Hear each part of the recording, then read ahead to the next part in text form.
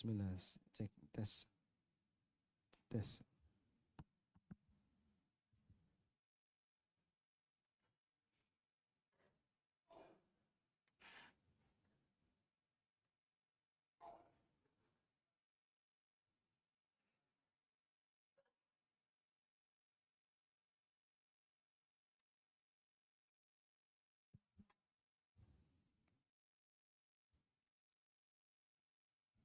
Assalamualaikum warahmatullahi wabarakatuh.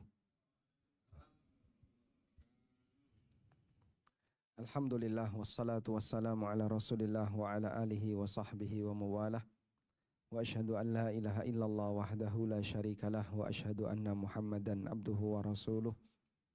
Sallallahu alaihi wa ala alihi wa sahbihi wa man tabi'ahum bi ihsanin ila yaumiddin. Yang kami hormati Direksi PT Musasi Autopart.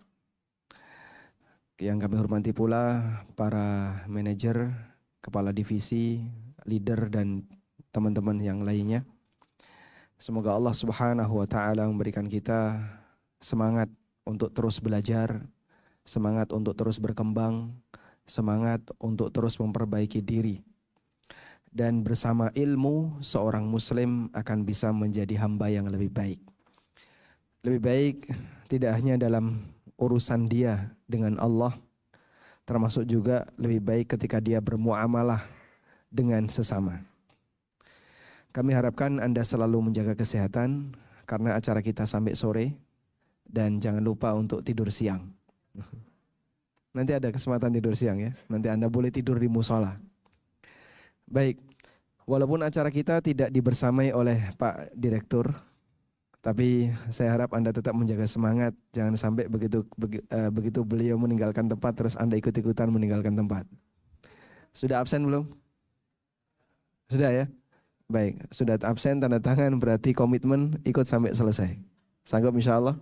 Nah, baik, Bapak-Bapak sekalian, kita akan belajar tentang bagaimana bisa menjadi seorang karyawan yang ideal. Yang ini nanti akan kami sampaikan mengacu kepada buku yang pernah kita bahas di workshop waktu di Bogor. Judulnya Fikih ASN dan Karyawan. Ada yang punya bukunya? Ada yang bawa? 1 ya. Yang lainnya ada yang bawa? 2.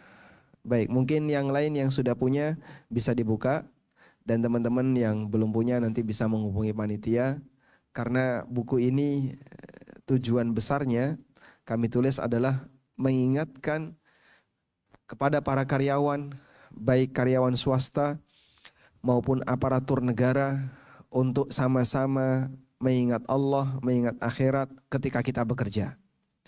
Karena kita yakin hidup tidak sekali, ada kehidupan yang kedua, di mana pada kehidupan yang kedua kita akan dihisap pada posisi apapun Anda berada. Baik berada di posisi sebagai atasan maupun berada di posisi sebagai karyawan. Baik, kurang lebih isi dari buku Fikih ASN dan Karyawan sebagai berikut ya. Anda bisa buka di halaman daftar isi. Tentang ingat akhirat, kemudian membangun kesadaran bahwa kita akan dihisap, lalu beberapa bentuk pemahaman yang menyesatkan yang tersebar di masyarakat, kemudian pujian Nabi SAW untuk karyawan, lalu pujian untuk mereka yang lelah mencari yang halal, kemudian ancaman bagi mereka yang korupsi dan korupsi itu tidak menambah rezeki. Kemudian Anda hakikatnya berakad dengan Allah, maka jangan berkhianat.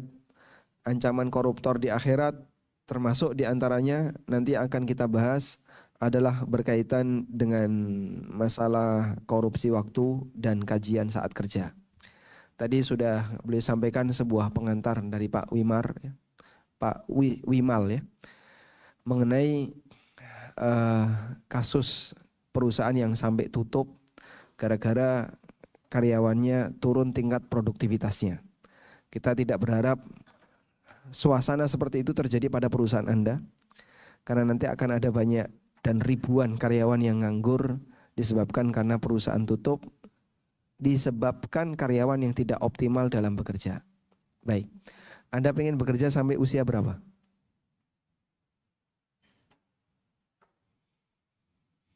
Saya tanya ulang ya, bapak-bapak pengen bekerja sampai usia berapa? Hah? Sampai pensiun? Hah? Sampai pensiun. Pensiun usia berapa? 55. Bapak usianya berapa? 40. Masya Allah. Berarti kalau 5 tahun lagi Musasi tutup, sanggup nggak kira-kira?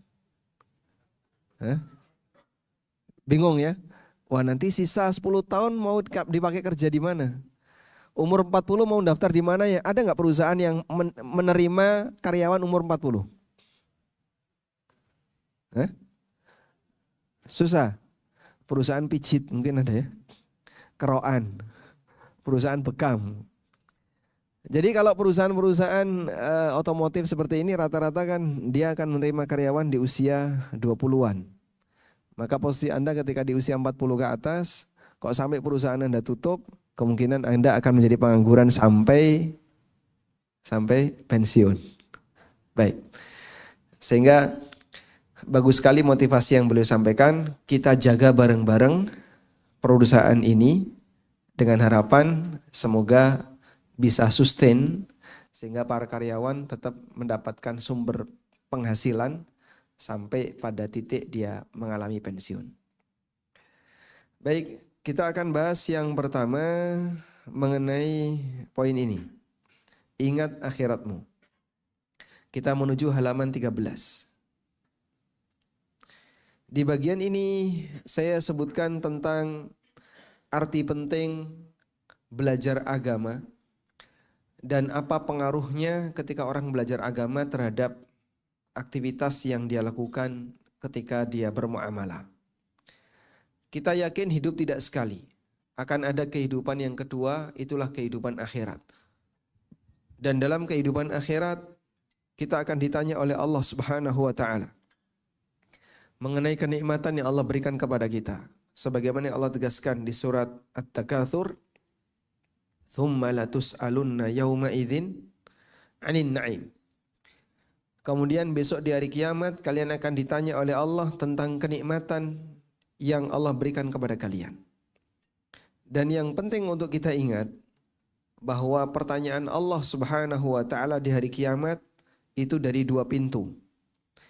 Dari mana cara kita mendapatkan harta dan bagaimana cara kita menggunakan.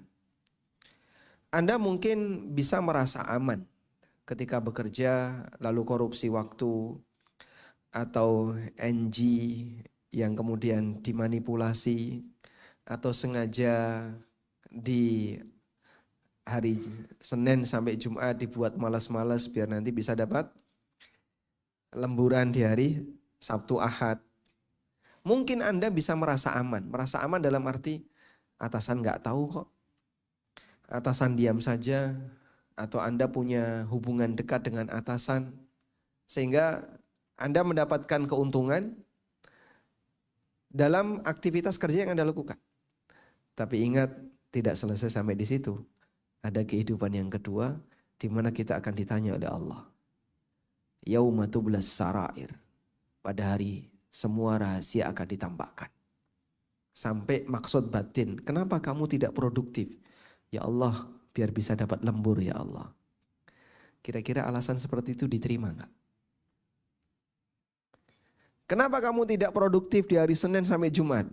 Biar dapat lembur Sabtu Ahad. Kira-kira alasan itu diterima enggak? Ya? Enggak diterima? Yakin enggak diterima? Kalau alasan itu tidak diterima, berarti akan ada pertanggungjawaban. Anda harus mungkin mengorbankan sebagian pahala yang sudah dimiliki untuk diserahkan kepada pihak yang dizalimi. Allah Subhanahu wa Ta'ala juga berfirman, "Qul bala wa rabbi latub'atsunna, tsumma latunabba'unna bima 'amiltum wa dzalika 'ala Allahi yasir." Katakanlah, demi Tuhanku benar-benar kamu akan dibangkitkan, kemudian akan diberitakan kepadamu apa yang telah kamu kerjakan, dan itu mudah bagi Allah. Allah tahu ketika kita meloloskan NG, apa latar belakangnya? Oh, biar kejar target. Karena kalau kemudian NG diolah ulang dan seterusnya, jadinya nggak kejar target. Begitu Pak ya. Sehingga produk yang harusnya not good, di luar atau ini tidak memenuhi kualifikasi dari yang ditetapkan oleh perusahaan, tapi Anda paksakan. Akhirnya merugikan banyak pihak. Merugikan konsumen, nanti kalau konsumen komplain merugikan perusahaan, dan seterusnya. Allah juga mengingatkan agar kita menyadari bahwa kita akan mati, lalu dibangkitkan untuk menjalani kehidupan yang kedua, menghadap Allah yang Maha Mengetahui. Qul innal mauta alladzi tafirruna minhu fa innahu mulaqikum, thumma turadduna ila alimil ghaib wasyahada fayunabbi'ukum bima kuntum ta'malun. Katakanlah bahwasanya kematian yang kalian lari darinya, dan kematian tidak kenal usia. Teman Anda yang baru saja meninggal usia berapa? Berapa? 30 tanpa indikator apapun. Ada banyak orang begitu selesai minum air putih dia mati. Tanpa indikator apapun. Ada yang kemudian baru selesai melakukan aktivitas A, melakukan aktivitas B, dia mati. Tanpa indikator apapun. Fa innahu mulaqikum, kematian itu akan mendatangi kalian, tsumma turadduna ila alimil ghaib, kemudian kalian akan dikembalikan kepada zat yang mengetahui semua yang gaib dan yang tidak gaib. Fa yunabbi'ukum bima kuntum ta'malun, lalu Allah akan ceritakan kepada kalian apa yang kalian kerjakan. Kamu dulu telat kerja kan? Kamu dulu ini kan, kamu dulu ini. Gajimu tidak ada yang kurang, sementara jam kerjamu kurang misalnya. Allah Maha tahu dan dia akan ceritakan itu semuanya besok di yaumil qiyamah.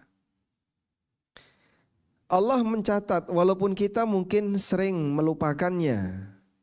Dia mencatat semuanya meskipun kita melupakan jutaan maksiat itu. Banyak pelanggaran kita kepada orang lain yang barangkali kita nggak kepikiran. Kalau itu nanti akan dihisab di yaumil qiyamah. Tapi kita perlu ingat, ahsahullahu wa nasu. Allah mencatatnya sementara manusia melupakannya. Anda bisa saja merasa aman, tapi ingat di akhirat tidak ada istilah disepelekan. Semua pasti akan dipertanggungjawabkan. Ada kisah yang dialami oleh Abdullah bin Mubarak. Saya dapat cerita ini sekitar mungkin awal tahun 2000, sekitar 2003 atau 2004. Beliau pernah pinjam pulpen, lalu lupa dikembalikan. Sampai beliau melakukan safar. Setelah jauh melakukan perjalanan, beliau teringat, ini kan pulpennya fulan. Saya lupa mengembalikan. Itu balik. Padahal sudah menempuh jarak yang sangat jauh. Sehingga beliau tidak ingin ada harta orang lain yang kemudian dibawa walaupun dengan cara legal, tapi kan seharusnya dikembalikan, cuman lupa.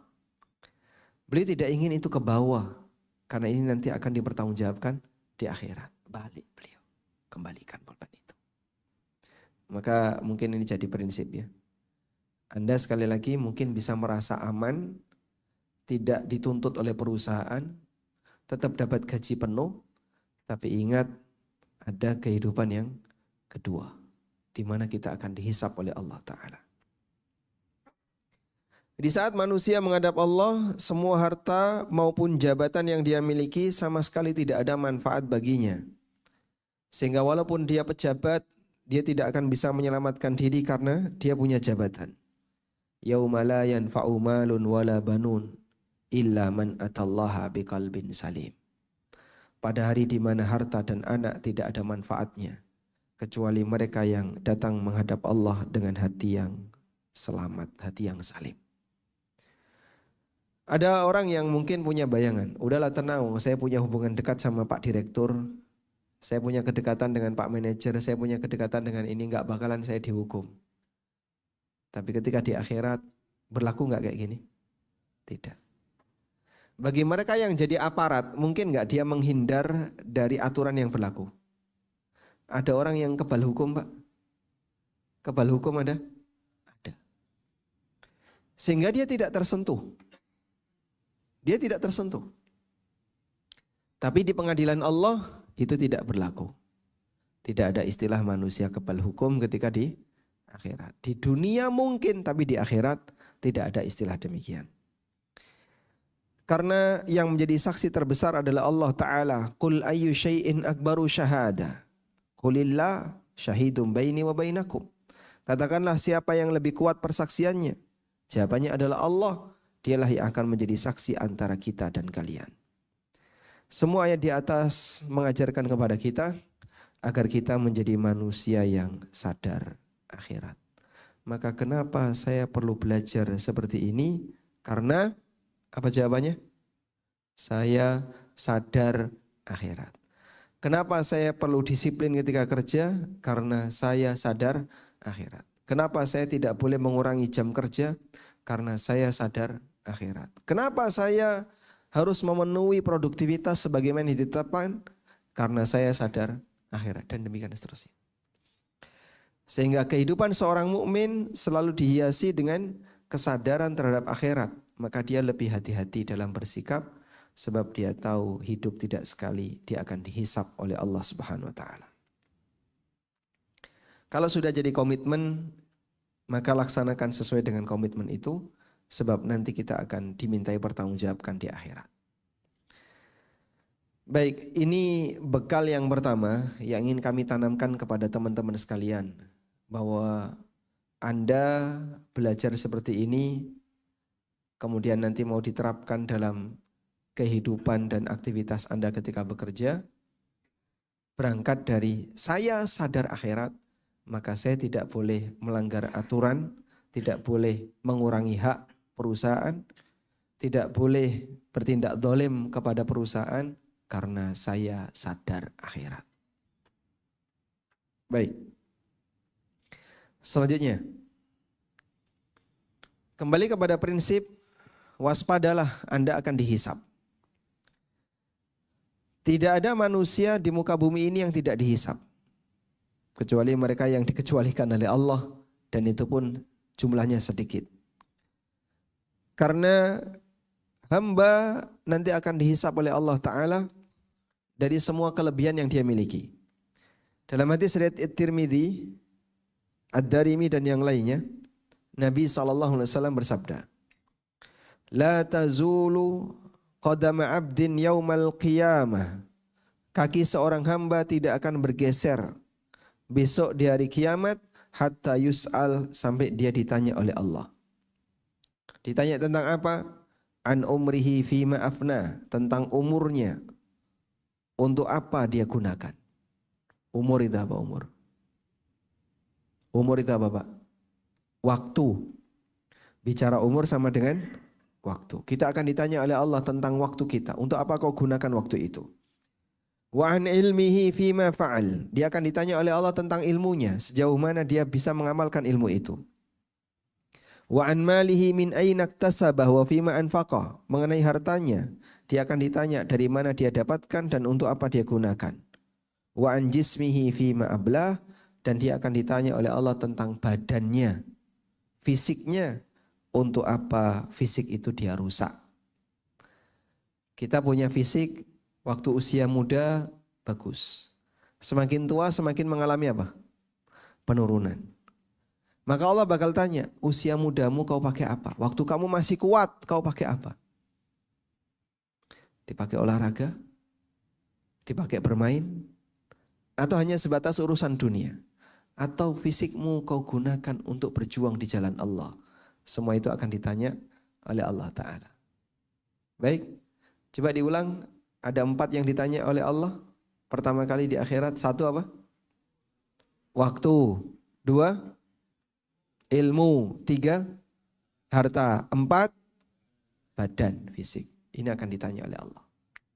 Meskipun yang lain juga akan ditanya, tapi bagian awal yang akan ditanya, kaki seorang hamba gak bakalan geser sampai dia ditanya tentang 4 hal ini.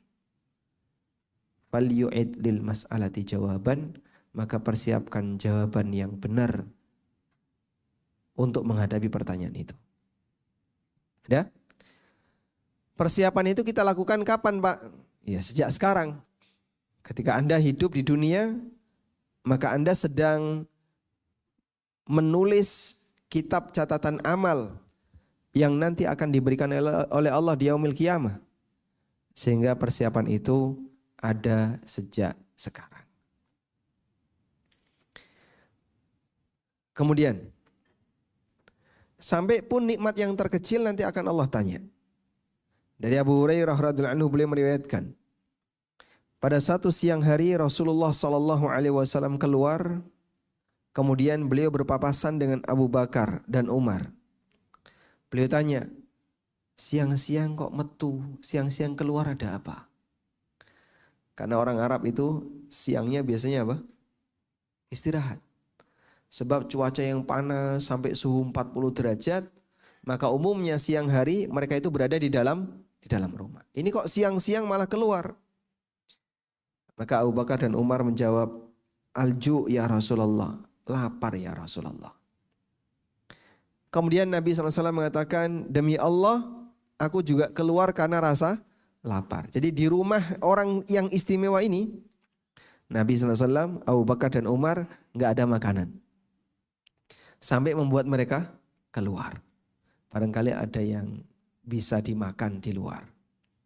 Akhirnya mereka bertiga berangkat ke rumahnya Abu Ayyub Al-Ansari. Dan ketika itu tidak ada di rumah, maka disambut oleh istrinya. Kemudian ditanya oleh Nabi SAW, di mana suamimu? Wanita itu menjawab, dia pergi mencari air tawar untuk kami. Hingga Abu Ayyub pulang. Dan ketika pulang, Rasulullah SAW kemudian dikasih hidangan, beliau dikasih susu, dikasih kurma, bahkan Abu Ayyub menyembelih seekor domba. Sampai akhirnya Nabi SAW kenyang, Abu Bakar dan Umar juga kenyang. Lalu beliau bersabda, walladzi nafsi biyadi, latus'alunna an hadzan na'im yaumal qiyamah. Demi zat yang jiwaku berada di tangannya, sungguh kalian akan ditanya oleh Allah tentang kenikmatan ini besok di hari kiamat. Saya mau tanya ini jamaah. Ya. Orang makan itu kan punya banyak alasan. Gitu? Alasan ini ada yang kuat, ada yang lemah. Misalnya, ada orang makan alasannya apa? Lapar. Ada orang makan alasannya apa? Selera. Ada orang makan alasannya hobi. Ada orang makan alasannya sayang kalau tidak dimakan. Begini ya? Baik. Dan masih banyak alasan yang lain. Kira-kira dari semua alasan ini yang paling kuat yang mana? Hah? Lapar. Orang lapar makan itu beralasan. Alasannya kuat. Kenapa? Dia lapar. Maka dia punya hak untuk makan. Itu pun kata Nabi SAW, ini akan dihisap. Makan karena alasan lapar itu dihisap. Coba bayangin bagaimana dengan makan yang alasannya hanya karena selera, karena hobi, karena sayang kalau tidak dimakan. Ini eman ya, saya sudah diundang. Sayang kalau tidak dimakan. Walaupun udah kenyang tetap makan. Itu alasannya lebih rendah dibandingkan orang yang makan karena alasan. Baik, Anda kalau sudah kenyang, ya, kemudian ada yang ngasih durian, tetap dimakan nggak?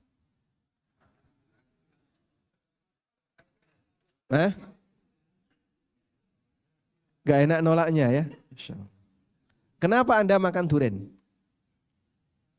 Karena senang, selera, karena dikasih, sayang kalau nggak dimakan, gak enak nolaknya dan seterusnya. Dibandingkan dengan orang makan karena lapar, lebih kuat mana alasannya? Lapar. Maka kalau yang lapar saja dihisap, apalagi yang Anda makan hanya karena selera. Sehingga orang yang punya hobi kulineran bisa jadi hisapnya panjang. Bisa jadi hisapnya panjang. Kau habiskan waktumu untuk apa? Masya Allah, dari Cikarang ke Bekasi hanya untuk nyari satu warung. Nanti dari Bekasi ke Kerawang hanya untuk nyari satu warung. Subhanallah. mulailah dipikirkan waktu itu akan dihisap oleh Allah. Sehingga kalau Anda hanya habiskan waktu untuk tujuan seperti ini, akan memperpanjang hisap. Baik, kita lanjutkan. Termasuk sehat dan air akan dihisap oleh Allah. Dari Abu Hurairah radhiyallahu anhu, Nabi SAW bersabda, Inna awwala ma yus'alu anhu yaumal qiyamah, yakni al-abda. Sungguh nikmat yang akan ditanyakan kepada hamba pertama kali besok di hari kiamat adalah ayyuqala lahu, akan disampaikan kepadanya, alam nusihalaka jismak. Bukankah aku telah memberikan kesehatan bagi fisikmu? Wa nurwika minal ma'il barid, dan aku telah memberikan kepadamu air yang menyegarkan. Insyaallah. Jadi air putih ini saja kan dihisap. Apalagi yang lebih mahal daripada air putih. Maka jangan pernah merasa aman, sebab semuanya akan dihisap oleh Allah Subhanahu wa taala. Oleh karena itulah mereka yang kaya akan menjalani hisap yang lebih panjang sehingga menyebabkan dia tertunda untuk masuk surga. Sebagaimana disebutkan dalam hadis riwayat Ahmad, Muslim, Ibnu Hibban dan yang lainnya. Nabi SAW bersabda, Inna fuqara'al muhajirin yasbiqunal aghniya'a yaumal qiyamati ilal jannati bi arba'ina kharifa. Sesungguhnya muhajirin yang miskin masuk surga lebih dulu dibandingkan muhajirin yang kaya. Selisihnya berapa? 40 tahun.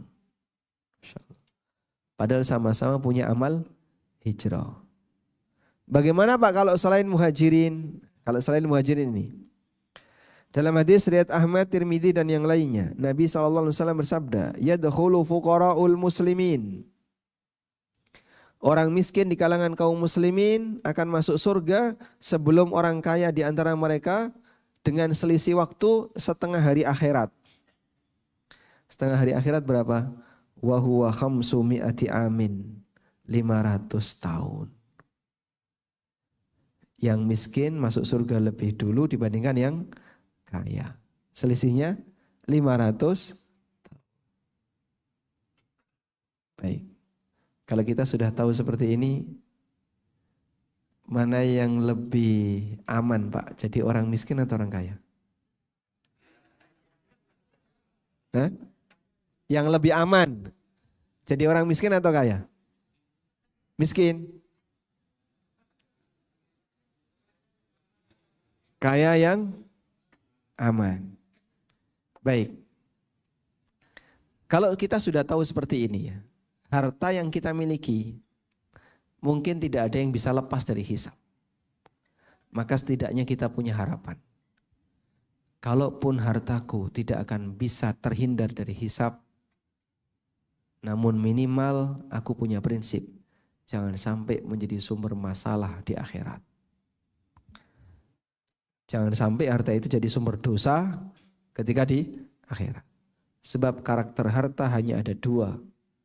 Halaluhu yuhasab wa haramuhu yu'adzab. Yang halal dihisab, yang haram diazab. Tidak ada yang ketiga. Sumber haram apa saja Pak? Banyak sekali. Anda jadi karyawan, beberapa kasus yang tadi dikeluhkan oleh pihak HRD itu sudah cukup mewakili. Apa contohnya? Ya tadi ya, yang seharusnya NG, tapi dia, yang penting kan atasan membolehkan. Iya, Anda kejar target, memenuhi kan? Sehari harus produksi berapa? Sehari harus produksi berapa per orang? Anggaplah misalnya 100 ya. Kalau banyak NG-nya kan dia harus nambah waktu lebih lama, begitu? Baik. Sehingga untuk bisa genap 100 yang memenuhi kualifikasi, dia butuh tambah waktu yang lebih panjang.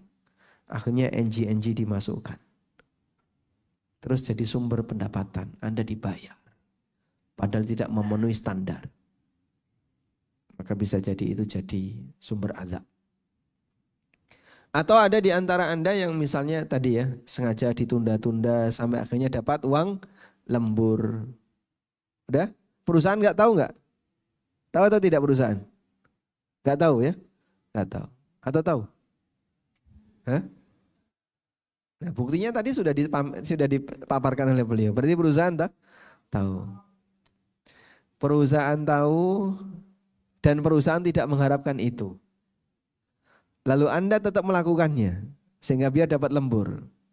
Jadilah sumber pendapatan.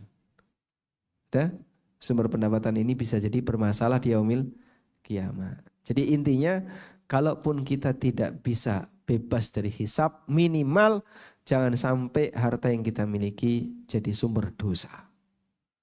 Karena nanti itu akan menjadi sebab azab. Wallahu a'lam. Baik, ini ada sebuah syair ya yang penting untuk kita baca. Walau anna idza mitna turikna. Andaikan setelah mati kita dibiarkan, lakanal mautu rohatan likulli hayyin. Tentu kematian adalah kesempatan istirahat bagi yang hidup. Walakinna idza mitna bu'itsna. Akan tetapi setelah kita mati kita akan dibangkitkan. Wa nus'alu ba'daha an kulli syai'in. Dan setelah itu kita akan ditanya tentang segala hal. Maka kematian bisa jadi awal bencana bagi mereka yang tidak punya persiapan. Wallahu a'lam. Baik. Dari sinilah kita diingatkan untuk selalu waspada dan Anda perlu sadar bahwa hidup tidak sekali, nanti kita akan mempertanggungjawabkan apapun yang kita lakukan, maka minimal jangan sampai harta yang kita dapatkan besok akan menjadi masalah di yaumil qiyamah. Walhamdulillahirabbil alamin. Nah, kemudian di sini saya tambahkan tentang pemahaman yang menyesatkan. Ini terjadi pada sebagian muslim sehingga menyebabkan dia jadi meremehkan dosa. Pertama, yang penting sholat, banyak ibadah, semua beres. Sehingga mengambil hak orang lain tidak pernah dia pikirkan. Dia merasa dia rajin tahajud. Ini pernah dinyatakan oleh seorang anggota DPR ya. Sing penting ki sholat, rajin ibadah, tahajud, kabeh beres. Yang penting itu sholat, rajin ibadah, tahajud, semuanya beres. Sehingga dengan sebab ini orang merasa bahwa ibadah yang dia lakukan akan menghapus semua dosanya. Padahal enggak jaminan. Apalagi jamaah, yang namanya pelanggaran terhadap hak orang lain tidak akan pernah dicabut oleh Allah sampai yang bersangkutan ridho. Dan di buku ini saya sebutkan tentang orang yang dia rajin sholat tapi suka menyakiti orang lain. Abu Hurairah radhiyallahu anhu bercerita, qala rajulun, ada orang yang bertanya, ya Rasulullah, inna fulana yuzkaru min kathrati salatiha wa siyamiha wa sadaqatiha. Ya Rasulullah, ada fulana rajin salat, rajin puasa, rajin sedekah. Tapi dia suka menyakiti tetangganya dengan lisannya. Apa jawab Nabi SAW? Iya finnar. Wanita seperti ini nyemplung neraka. Jadi walaupun dia rajin salat, rajin tahajud, rajin puasa, ibadah pribadi itu enggak ada artinya jika ternyata yang bersangkutan tidak mengimbangi untuk berbuat soleh pada saat dia berinteraksi dengan orang lain. Bisa dipahami ya? Bahkan jamaah, ada seorang yang tanya kepada Nabi SAW, amal jihad ini menjadi sebab orang mati syahid. Udah? Tapi ternyata dia punya utang. Apakah pahala mati syahid bisa nutupi utangnya? Jawabannya tidak. Padahal ini pahala yang luar biasa. Orang mati syahid itu kan menyerahkan nyawanya untuk agama. Sahabat tanya kepada Nabi SAW, ya Rasulullah, kalau saya berjuang lalu saya mati, apakah saya akan masuk surga? Jawab Nabi SAW, na'am, iya. Lalu berangkatlah dia. Begitu dia berangkat dipanggil Nabi SAW, ilad dain, kecuali satu, utang. Allamani Jibril anifan, baru saja Jibril menyampaikan kepadaku. Sehingga utang tidak bisa hilang walaupun orang punya pahala mati syahid. Maka jangan merasa gampang. Kalau kemudian orang punya kezaliman kepada orang lain, dia merasa semua urusan sudah selesai, walaupun Anda punya pahala mati syahid, tidak bisa nutup utang. Apalagi utang itu didapatkan dengan cara legal atau tidak? Legal ya. Orang dapat utang kan dengan cara apa? Legal. Artinya bukan hasil mencuri, bukan hasil maling, bukan hasil korupsi, tapi dia melakukan akad yang legal. Namun akad yang legal ini, kalaupun sampai mati belum dilunasi, walaupun yang bersangkutan punya pahala mati syahid, gak bisa nutup utang. Apalagi kalau cuma sebatas rajin sholat, rajin puasa, belum tentu bisa nutup dosa muamalah yang kita lakukan kepada orang lain. Baik. Anda sudah ngantuk? Sebagian merem nih. Ditunggeng. Ini jam-jam kritis lah ya. Suasana adem ya.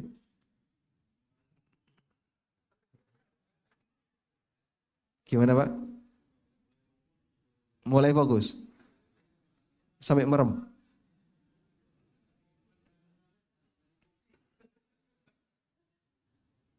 Baik. Kita break sampai jam berapa? Ini jam 10? Break sesi 1 sampai jam berapa? Enggak. Ada break sesi 1 terus nanti 15 menit Ustaz. 15 menit. 15 menit. Jangan lama-lama. Anda ambil snacknya di luar. Sudah ada kan? Ya. Udah habis? Apa? Ada kopi. Baik, Anda ambil snack dan kopi di luar, bawa ke dalam, kita lanjut. Siap ya? Waktu Anda 15 menit. Siap? Siap, bismillah. Nanti sesi 2 karena sampai zuhur insyaallah. Baik, demikian. Wassalamualaikum warahmatullahi wabarakatuh.